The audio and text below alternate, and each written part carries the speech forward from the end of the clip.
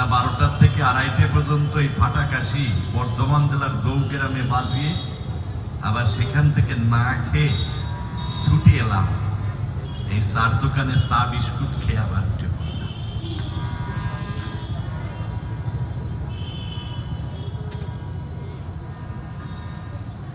এই কথাটা ভগবান বলে বিশ্বাস।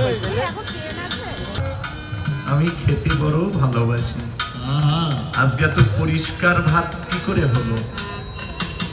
মাধবী দাসী বলল, ঠাকুর চালগুলো খুব নোংরা ছিল, আমি দোকানে পাল্টে ভালো চাল এনেছি। তুই অন্যায় করেছিস, তুই ভুল করেছিস। ভক্তেরা যখন মাধুকরী করতে যায়, জয় রাধে গোবিন্দ বলে যখন ভক্তের দ্বারে গিয়ে আমার ভক্তেরা দাঁড়ায়, তারা যে ভিক্ষা দেয় ওটা দেবার সাথে সাথে আমার ভোগ হয়ে যায়।